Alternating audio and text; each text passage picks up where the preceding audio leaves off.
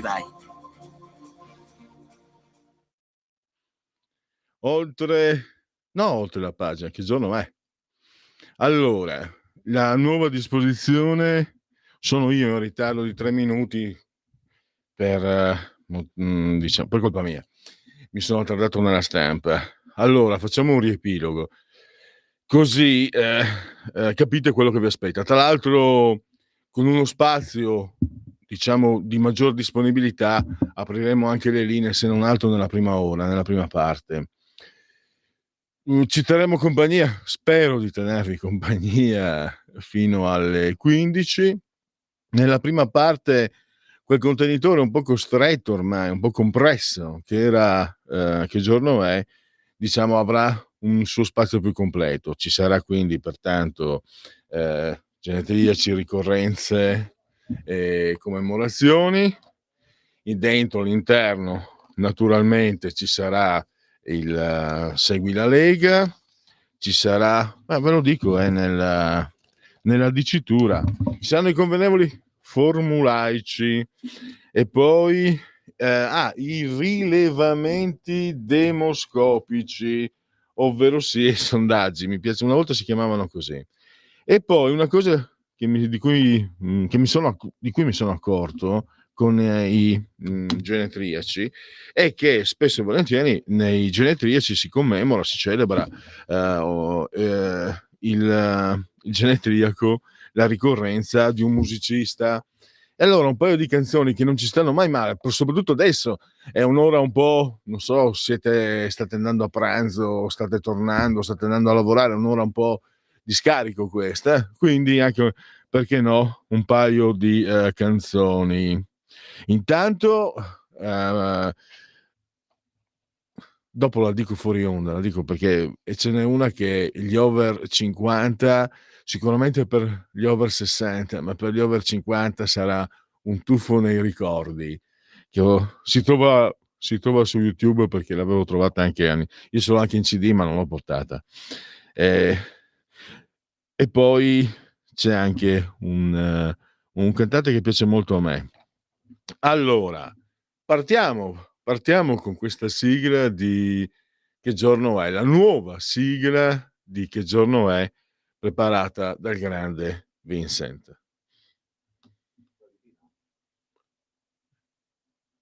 Oh.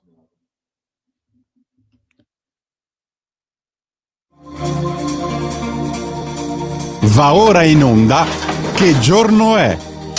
Convenevoli formulaici, genetriaci, ricorrenze, commemorazioni, rilevamenti demoscopici e musica per voi. La verità è che sono cattivo, ma questo cambierà.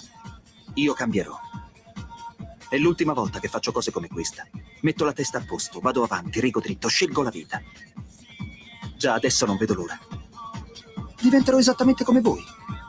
Il lavoro, la famiglia, il maxi televisore del cazzo, la lavatrice, la macchina, il CD e l'apriscatole elettrico. Buona salute, colesterolo basso, polizza vita, mutuo, prima casa, moda casual, valigie, salotto di 3 pezzi, fai da te, telequiz, schifezze nella pancia, figli, a spasso del parco, orario d'ufficio, bravo a golf, l'auto lavata, tanti maglioni, Natale in famiglia, pensione privata, esenzione fiscale, tirando avanti lontano dai guai, in attesa del giorno in cui morirai.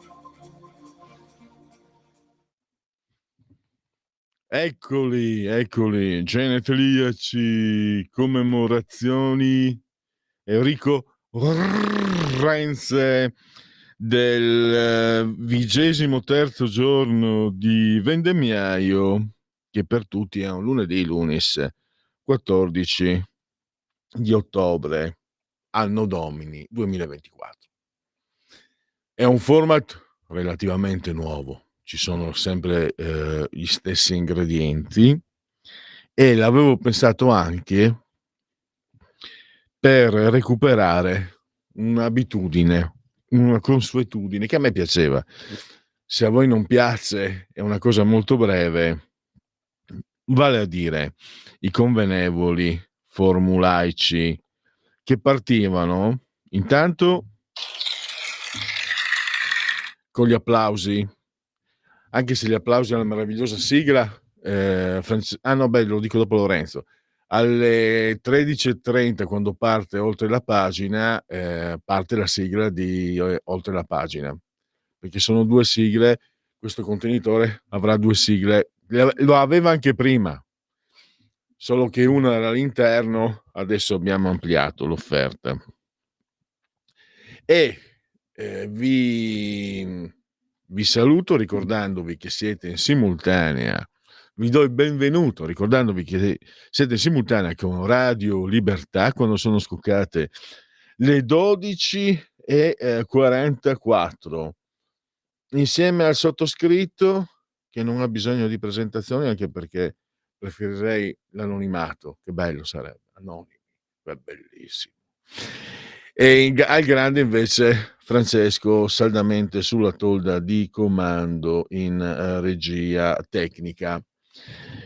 L'abbraccio forte, fortissimo alla signora Adriana Angela, alla signora Carmela, alla signora Clotilde. La signora Clotilde, nessuno ha capito che era una citazione metatelevisiva, pazienza. E siamo qui.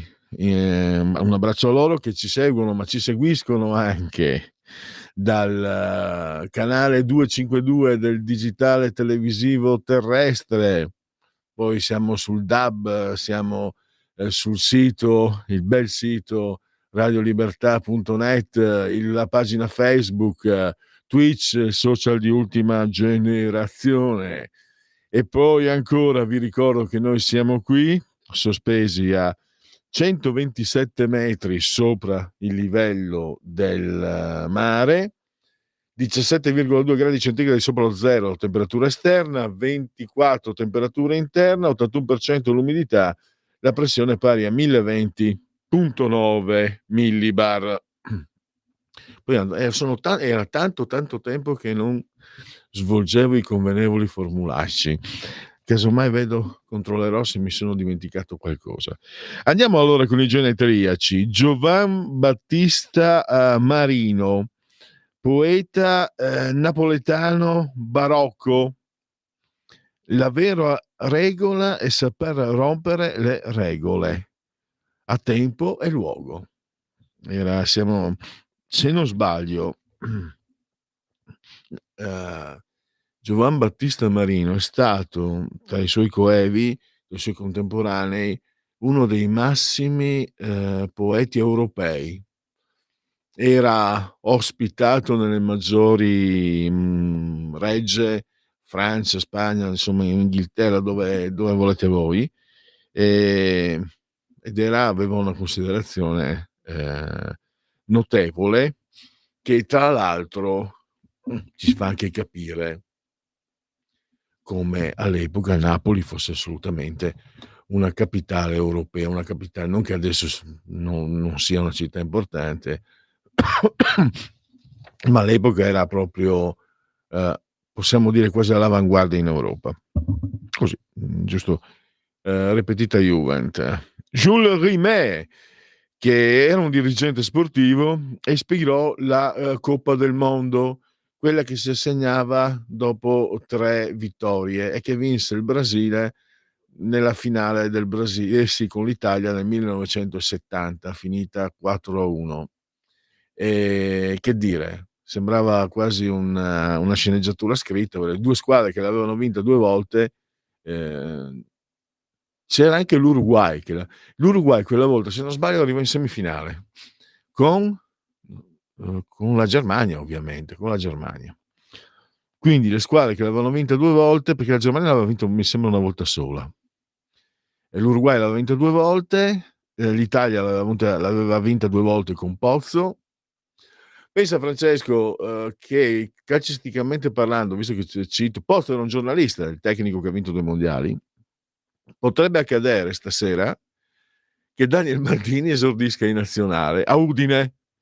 Cioè, non è lo stesso stadio, perché allora è il Friuli, adesso c'è questo stadio che a me non piace per niente, preferivo la Vela del Friuli. Non è brutto, ma io ero più affezionato alla Vela, alla vecchia Vela. Esordì nel gennaio del 1985 in Serie A, però. Quindi sono di origine triestina, vabbè, vedremo. che brutto spettacolo leggere esponenti di sinistra che non volevano si disputasse Italia e Israele. Che brutto spettacolo. Tanto per inserire un po' una spolverata di politica.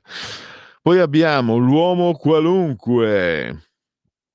Abbasso tutti, siamo stufi di tutto, non ci rompete più le scatole. Lo diceva Guglielmo Giannini, fondatore del movimento L'Uomo Qualunque. Non ricordo, arrivò a una cifra importante, non so se arrivò in doppia cifra come percentuale di voti. Comunque ebbe il suo momento di, diciamo, di notorietà, siamo intorno agli anni 50, credo. Learco Guerra da Mantova, come Mantova ha dato natali a sportivi, eminente Bonimba, Boninsegna, e poi naturalmente il grandissimo Tazio Nuvolari. Lo chiamavano Learco Guerra la locomotiva umana, è stata una leggenda del ciclismo. Poi la filosofa politologa molto citata a sinistra, ma ogni tanto la citano volentieri anche a destra, Hannah Arendt, la banalità del male. Poi la chiamavano la Trimurti, la triplice, CGL, Cisle Will. Segretario della CGL era Luciano Lama. Ai miei tempi andavano per la maggiore Lama, Carniti e Benvenuto. Pier Carniti, mi ricordo. E poi Romagnolo era Luciano Lama. Non mi ricordo se era lui o Togliatti, forse entrambi erano juventini.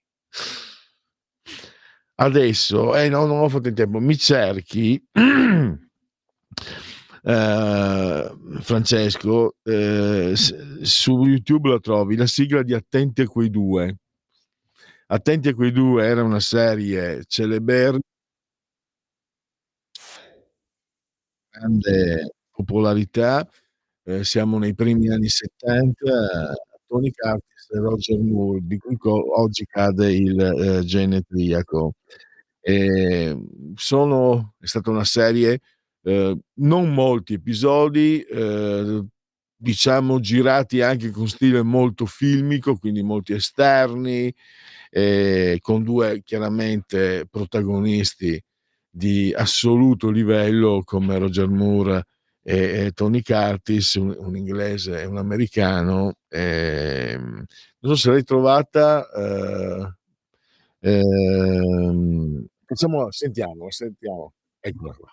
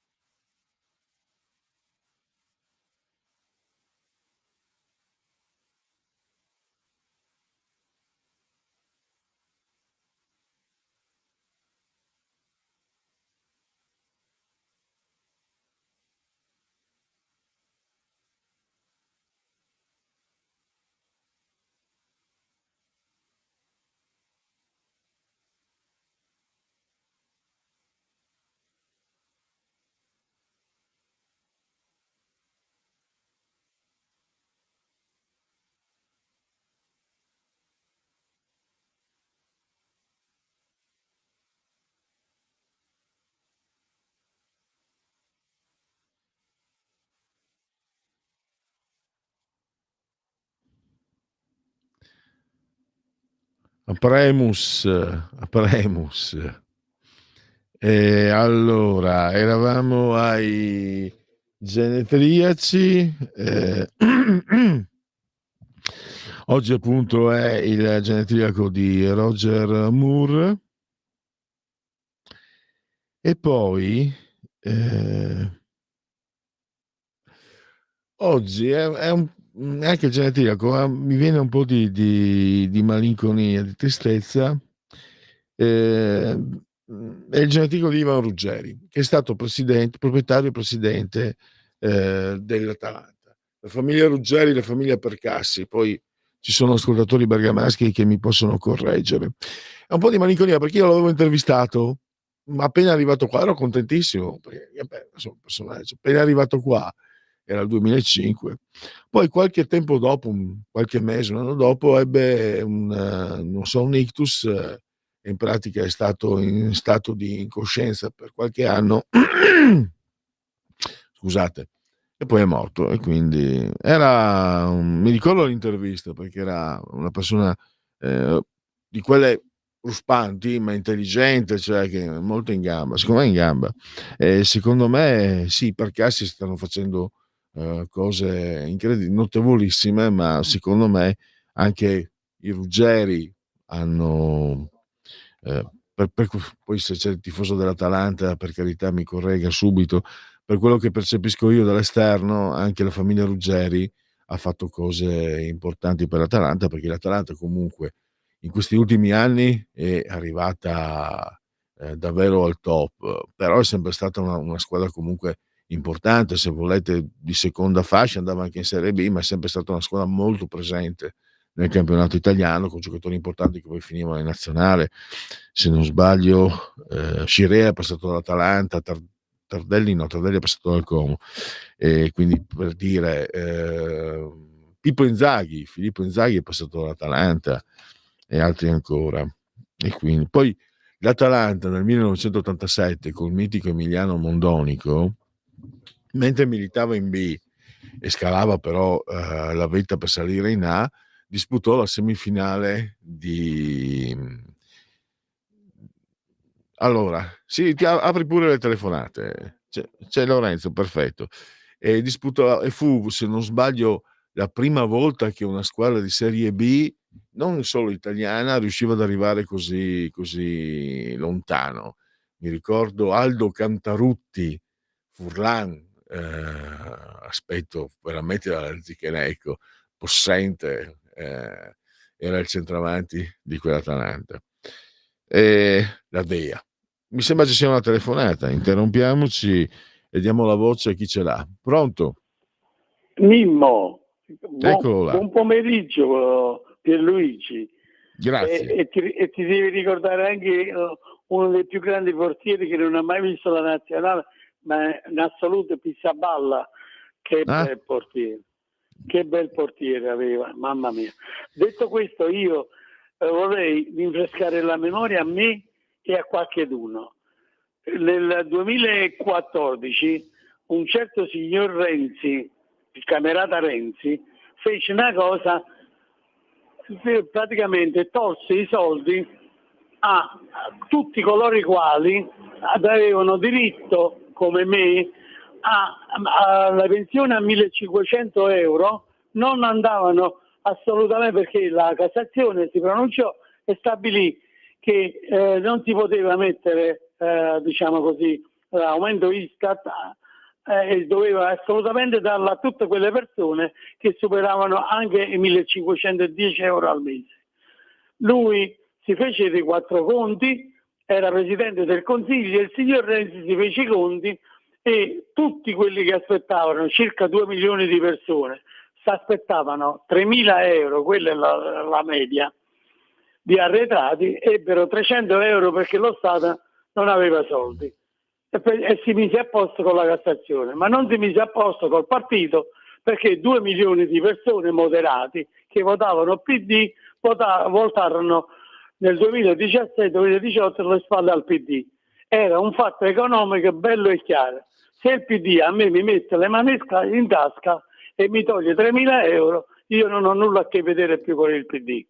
Quindi tutti quei ragionamenti politici, eccetera, se poi il PD della Schlein sceglie lui al posto dei 5 Stelle, è un problema della Schlein. Però queste cose sono state il passaggio centrale, perché quando ti mettono le mani in tasca tu perdi completamente la testa, cosa che fece Renzi nel 2014 e nel 2015. Quindi io mi sono permesso di dirlo a te perché dall'altra parte mi attaccano il telefono in faccia, però io lo dico a te che sei con la schiena dritta e dici le cose papale come sono. Ti ringrazio sempre dell'ospitalità e ti saluto. Grazie. Grazie Mimmo. Mimmo si ricorderà allora, ha una memoria di ferro, il famoso 6 per 1000, era il 93 se non sbaglio.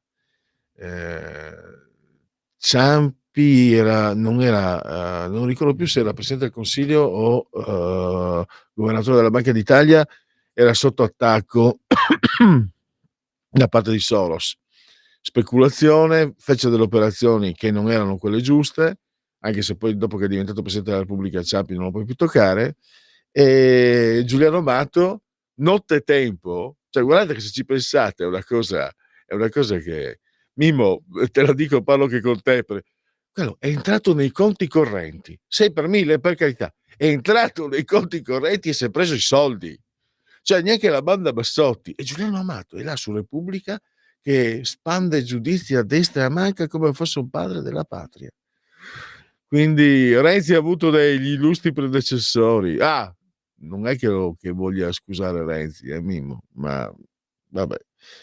Sentirete poi come funziona invece lo Stato da un'altra parte, negli Stati Uniti. Ne parleremo col professor Flavio Felice alle 14.35. Sono le 13. Lorenzo deve mettere un intervallo. Stai ascoltando Radio Libertà, la tua voce libera, senza filtri né censure, la tua radio.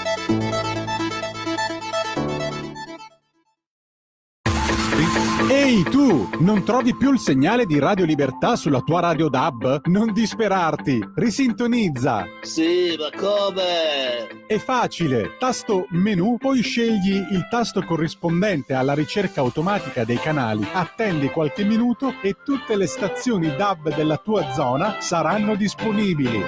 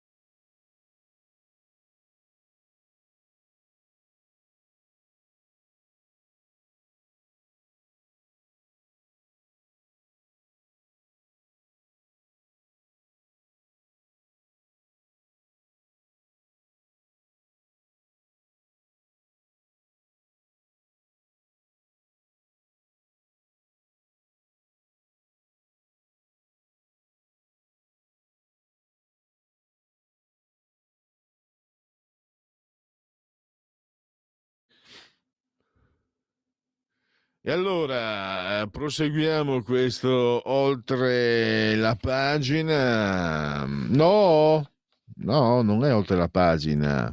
Caspita, che giorno è? Convenevoli formulaici, genetriaci, ricorrenze, commemorazioni, rilevamenti demoscopici e musica per voi. E la musica l'avete sentita. Dopo mettiamo una canzone un po' musica un po' anni 80. C'era un bellissimo brano, Thomas Dolby, dai, facciamo subito.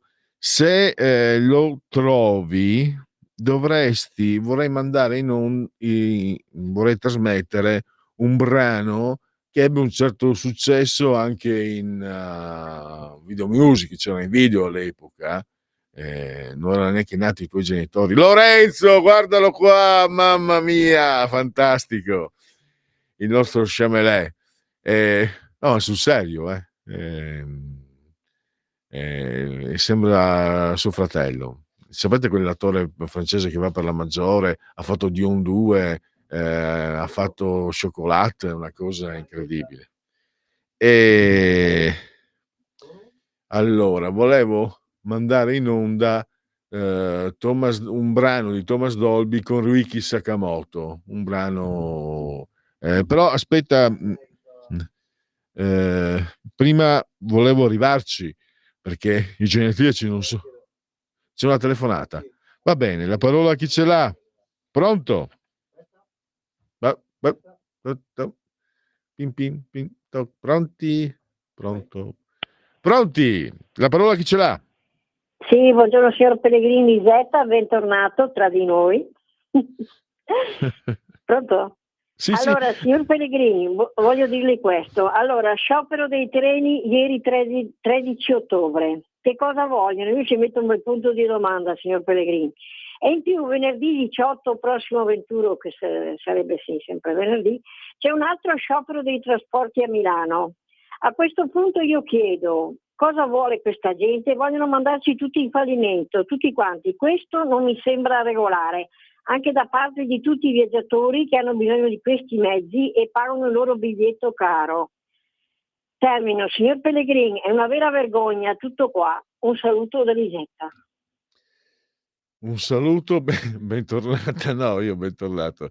No, adesso come vedete la trasmissione si è allargata e quindi c'è l'agio di far sentire le vostre voci.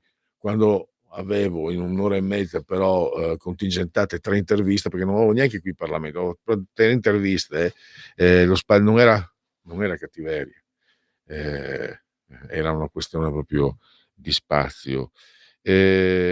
Allora, io adesso non ricordo più l'economista di sinistra che intervistai, credo marzo, un po' di mesi fa, ogni tanto lo intervisto, è stato anche minacciato dalle Brigate Rosse di sinistra, che spiegava, mi accordo quello che diceva la signora Lisetta, che spiegava come lo sciopero dei mezzi pubblici sia assurdo, perché è lo sciopero dei mezzi pubblici avvantaggia l'azienda che risparmia sui costi, risparmia anche sugli stipendi, mentre uno sciopero di una fabbrica non si producono i pezzi e quindi non si vende. Invece nel servizio pubblico non fornire il servizio è un guadagno per l'azienda, quindi è un paradosso. Quindi diciamo voglio essere quasi tautologico nei confronti di quello che ha detto il signor Lisetta, aggiungere anch'io, ci metto anch'io il mio carico sul fatto che questi scioperi non... io rispetto chi sciopera, io vengo dal mondo operaio e vedevo i fascisti che picchiavano gli operai che scioperavano quando ero boccia, quando ero ragazzo, però era una situazione un po' diversa, si scioperava perché si moriva in fabbrica, si scioperava perché gli stipendi non erano all'altezza. Prima che io arrivassi, mi spiegava mio padre, si scioperava perché si lavorava 6 giorni alla settimana, quindi si scioperava per i diritti, ma si lottava poi, non è che si scioperasse e basta. Vabbè. Allora, prima di andare anche ancora, Alberto Reif è un calciatore veneziano che ha giocato nella Beneamata, credo abbia vinto lo scudetto del 70-71 quello in grandissimo leggendaria rimonta dell'Inter sul Milan. Era a 9 punti quando le vittorie valevano 2 punti, quindi una rimonta fantastica. Però voglio celebrare anche i cugini milanisti ricordando un grandissimo giocatore che non c'è più, scomparso a 59 anni, Aldo Maldera. Aldo Maldera, che è stato anche molto amato, è stato un giocatore molto importante della Roma, sempre con il Slidon, guarda caso.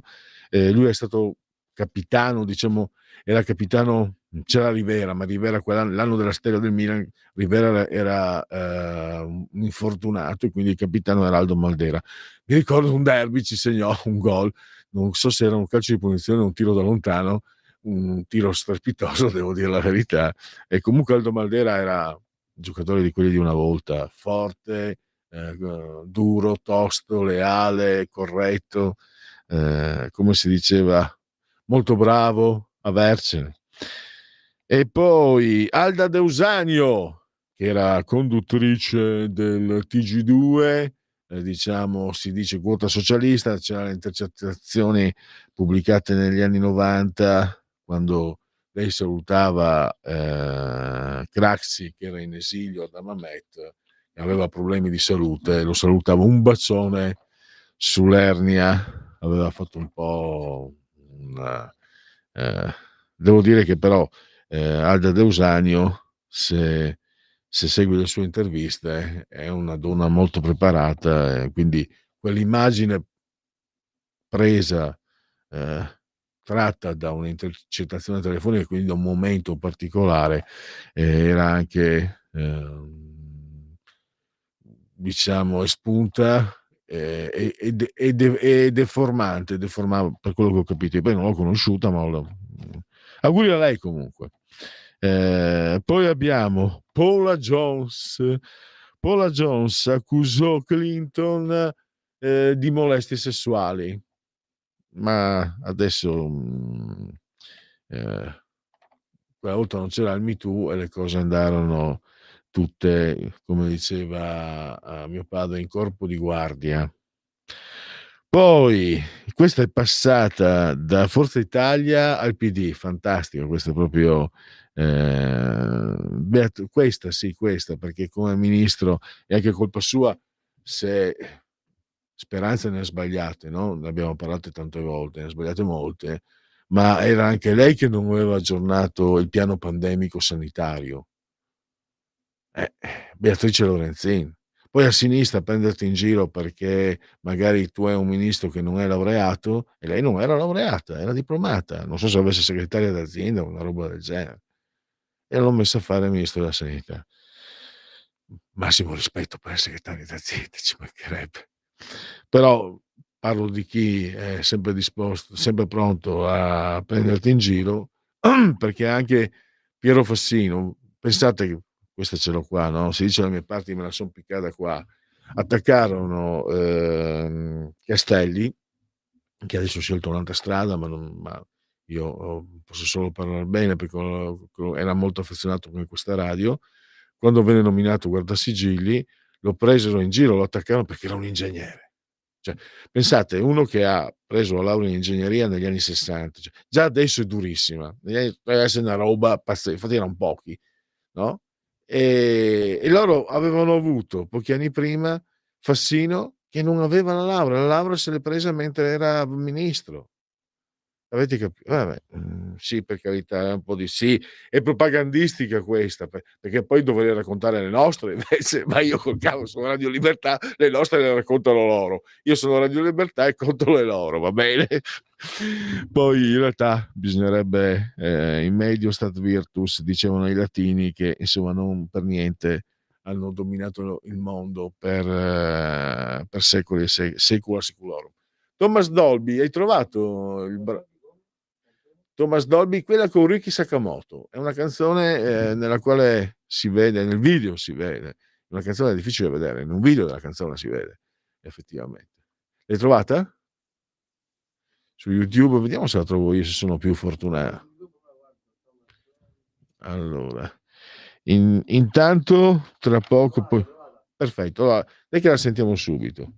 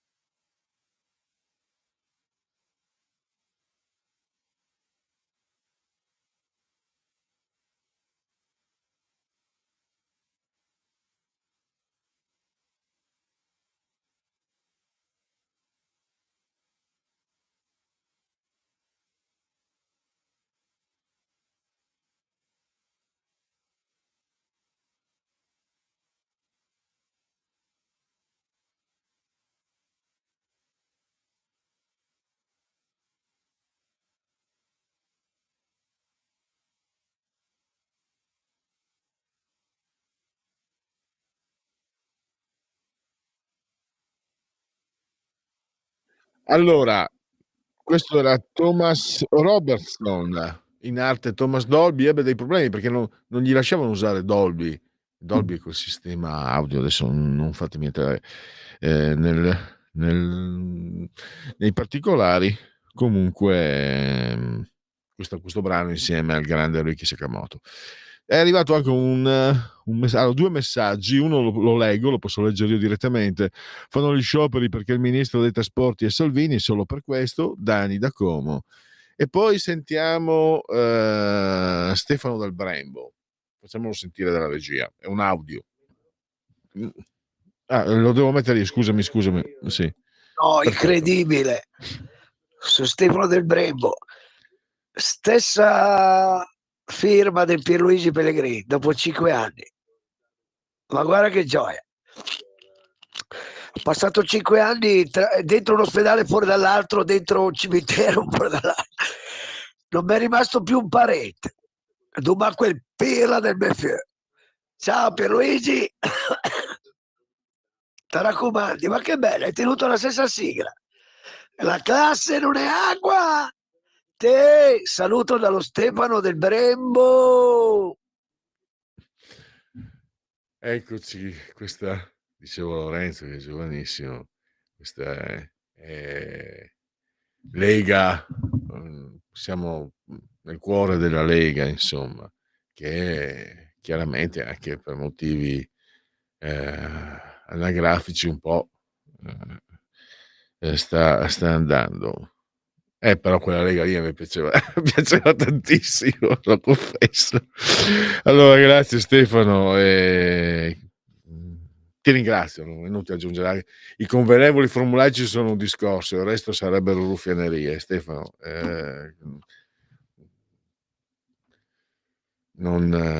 ti ringrazio e andiamo avanti. Andiamo avanti con, diciamo così, segui la Lega, dai che facciamo segui la Lega. Alla fine andiamo, eccoci qua, perfetto. Vediamo, ho preso in contropiede il nostro Lorenzo perché c'è una sigla da mandare. Ora, adesso. Sì, la sigla di Segui la Lega. Segui la Lega è una Dai. trasmissione realizzata in convenzione con la Lega per Salvini Premier. Poi alla fine sono un logoroico, mi trovo ristretto. Allora, segui la Lega prima che la Lega seguisca te. Alla Pellegrina, ma anche previsto dalla sintassi. Prima che la Lega segua te alla Marciana, sono sul sito legaonline.it, scritto legaonline.it. Molte cose si possono fare. Intanto ricordiamo, leggi l'Instant Book, mi dichiaro colpevole di aver difeso l'Italia, richiesti 6 anni di carcere per Matteo Salvini. Venerdì 18 c'è l'audizione a Palermo, quindi sicuramente seguiremo da vicino. Poi abbiamo hashtag io sto con Salvini, fai sentire la tua voce, difendere i confini non è un reato, firma anche tu.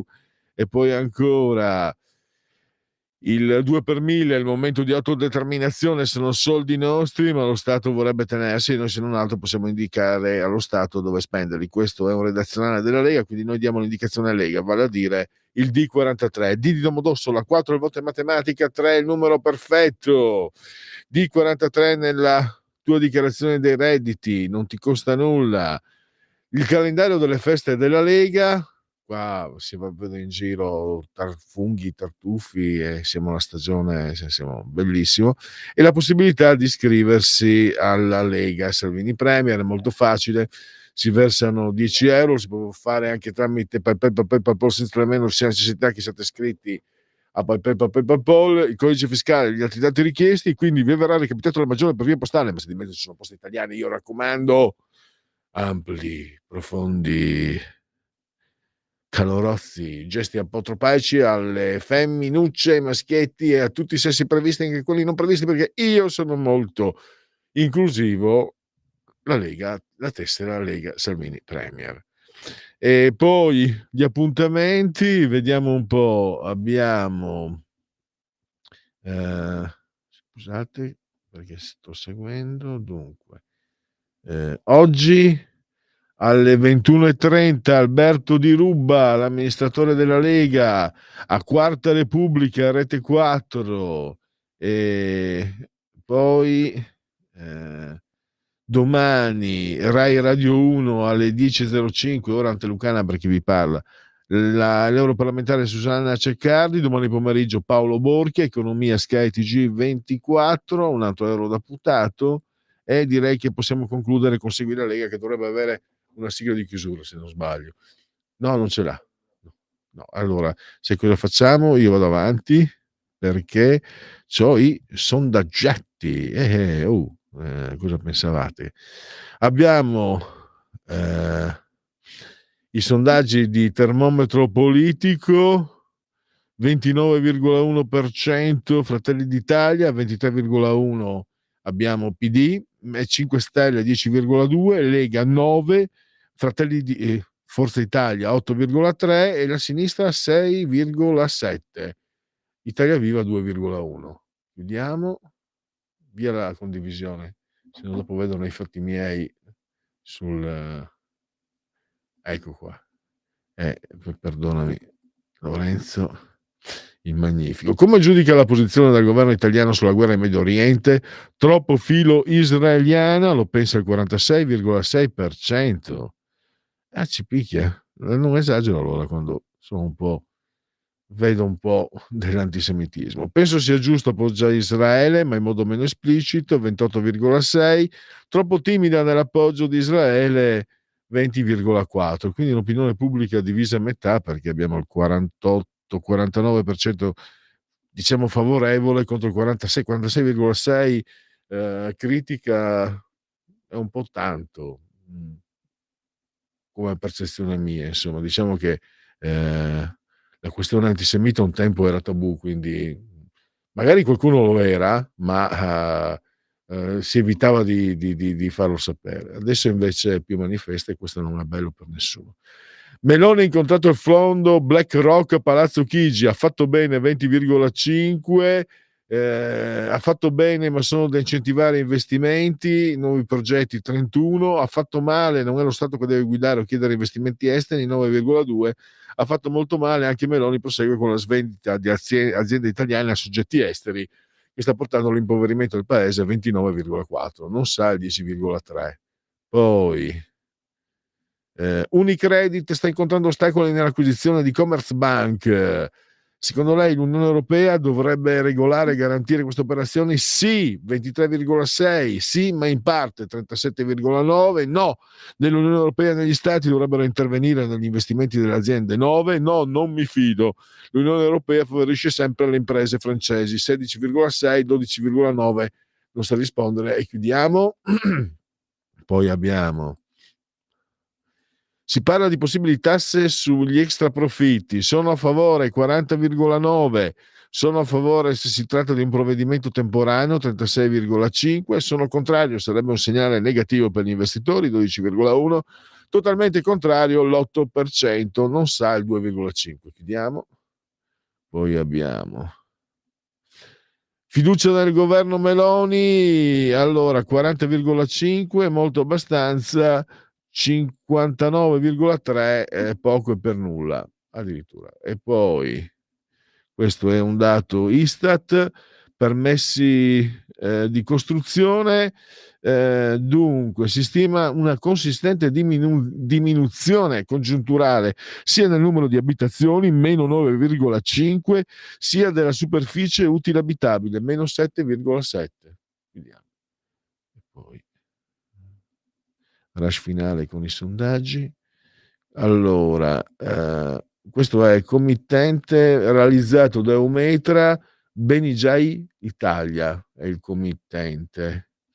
Allora, voto dunque, economia, voto 40,8%, immigrazione 34%, welfare 37,8%, servizi sociali 36,3%, quindi si direbbe negativi. Vediamo i partiti: Fratelli d'Italia 29,5%, Lega 8,6%, Forza Italia 8,9%, PD 23,1%, 5 Stelle 11% e la sinistra 6,5%. Qua possiamo chiudere. E poi abbiamo, questo è un sondaggio, vediamo un po', in Liguria, andiamo a vedere quello che Bucci 83 come popolarità, Orlando 71, andrà a votare sicuramente il 47%, probabilmente il 15%, non andrà a votare probabilmente il 13%, sicuramente il 25%, 49% Bucci, 46% Orlando, il resto sono a uno, quindi non li leggo con tutto il rispetto, cioè perché mi manca il tempo, perché adesso EMG, abbiamo Fratelli d'Italia 29,3, PD 22,2, 5 Stelle 12, Forza Italia 8,5, Lega 8,2, Sinistra Italiana Europa 7,1. Allora qua possiamo chiudere, perché adesso giriamo pagina, una canzone, un jingle, tutto nella discrezione di Lorenzo il Magnifico, del grande Lorenzo il Magnifico, e poi la sigla, torniamo con la vecchia sigla di Oltre la pagina.